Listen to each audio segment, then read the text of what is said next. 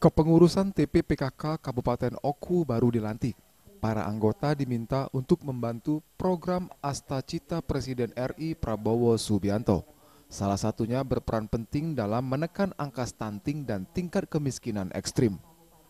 Ketua TP-PKK Oku Zwesti Karenia Teddy mengatakan, TP-PKK saat ini sudah menambah 6 sektor bidang pekerjaan untuk membantu kerja bupati, yakni kesehatan, pendidikan, keamanan, sosial, perumahan, dan pemukiman.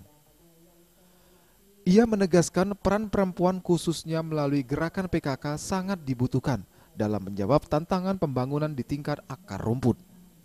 Dengan struktur yang lebih lengkap, TP PKK Oku diharapkan mampu menjadi mitra strategis pemerintah daerah dalam mewujudkan kesejahteraan keluarga dan masyarakat secara luas. Adalah awal daripada permulaan kita untuk memulai program kerja kita PKK Kabupaten Oku, di mana saya berpesan kepada seluruh kepengurusan tim penggerak PKK Kabupaten Oku ini agar kita memulai pekerjaan kita untuk membantu Bapak Bupati sebagai pembina tim penggerak PKK Kabupaten Oku untuk mensejahterakan masyarakat Kabupaten Oku untuk menunjang program-program yang sudah ada ditetapkan oleh Bapak Bupati Kabupaten Oku, di mana PKK Kabupaten Oku sendiri sifatnya itu ingin mensejahterakan seluruh masyarakat Kabupaten Oku.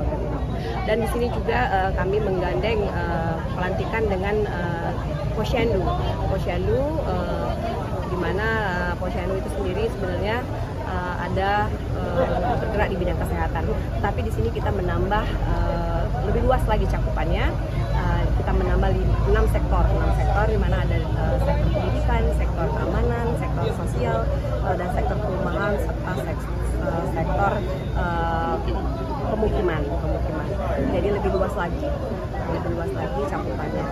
Dan di sini juga kita juga melantik ada 13 kecamatan, ketuanya ketua tim pembina kecamatan. Gunanya nanti kita supaya lebih bisa mencakup desa-desa dan kecamatan dan seluruh kecamatan. Bagus Mihargo, Sriwijaya TV.